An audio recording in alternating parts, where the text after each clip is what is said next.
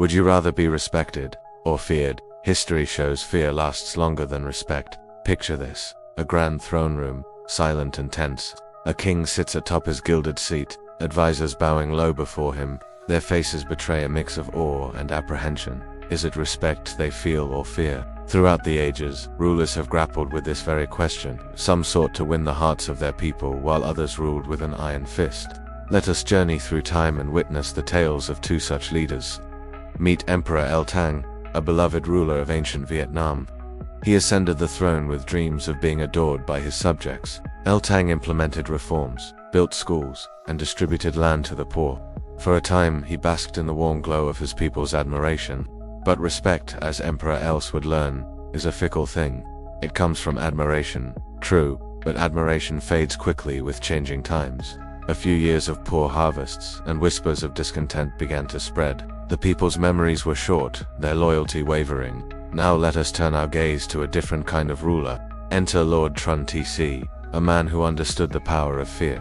While El Tang sought respect, Trun Tc cultivated an aura of terror. He crushed rebellions with brutal efficiency, made examples of dissenters, and kept his nobles in check through constant surveillance. Fear, you see, commands immediate obedience. It doesn't require explanation or justification. When Lord Trun issued a decree, it was followed without question. No one dared to challenge his authority, for the consequences were too dire to contemplate. This principle extends beyond the realm of ancient kingdoms. Even in our modern world, fear remains a potent tool of control. Consider the tactics of ruthless dictators who maintain their grip on power not through respect, but through fear.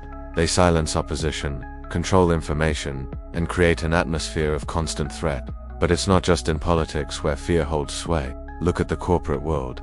How many companies keep their workers in line through the ever-present threat of layoffs? The fear of losing one's livelihood can be a powerful motivator, far more immediate than the respect one might feel for a benevolent boss. So why does fear endure longer than respect? The answer lies in the very nature of these emotions. Respect must be constantly earned. It requires consistent positive actions, a continuous demonstration of admirable qualities. One misstep, one moment of weakness, and that hard-earned respect can crumble. Fear, on the other hand, leaves scars in memory. A single act of cruelty, a harsh punishment witnessed, can instill a fear that lasts a lifetime. It burrows deep into the psyche, coloring every interaction, every decision. There's also a fundamental truth about human nature at play here. People fear loss more than they value gain. The prospect of losing something, be it status, wealth, or even life itself, is a far more powerful motivator than the possibility of gaining something positive. Let's return to our two rulers. As years passed, Emperor Els Tang found himself constantly struggling to maintain his people's good opinion. Each new policy, each decision, was scrutinized and debated. The respect he had once enjoyed proved to be a fragile foundation for his rule. Lord Trun Tc, however, faced no such challenges. His reign was marked by an eerie stability. No one dared to question his edicts openly. The fear he had sown in his early years continued to bear fruit, keeping potential rivals and dissenters in check. But before we conclude that fear is the superior tool of leadership, let us consider a third path. The wisest rulers, history shows us, understand the value of both respect and fear. They walk a delicate balance between the two. Take for example, the legendary Emperor El Tang. He was known for his just laws and patronage of the arts, earning the genuine respect of his people. Yet he also maintained a formidable military and was not afraid to use force when necessary. His subjects loved him for his wisdom, but also feared the consequences of defying his rule. This balance is the key to enduring power. Respect keeps loyalty, fostering a sense of belonging and shared purpose. Fear ensures discipline, maintaining order even in times of hardship or temptation. As an ancient Vietnamese proverb goes, a ruler loved is fragile, a ruler feared is stable, a ruler with both is unshakable.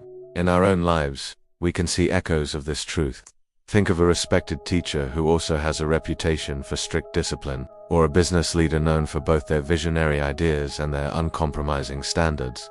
These figures command both our admiration and our caution. So, as we reflect on the nature of power and influence, let us remember this.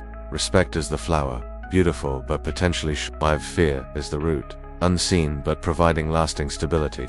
The most effective leaders nurture both. But our journey through the corridors of power doesn't end here. In our next exploration, we'll face an even darker truth. Why betrayal often comes from those you help the most. It's a tale as old as time, yet one that continues to shape the destinies of nations and individuals alike. Until then, consider this. In your own life, in your relationships and endeavors, do you seek to be respected or feared? And is there perhaps a middle ground, a balance that allows you to stand firm without losing your humanity? The choice, as always, is yours. But remember, history watches, and history judges. Choose wisely.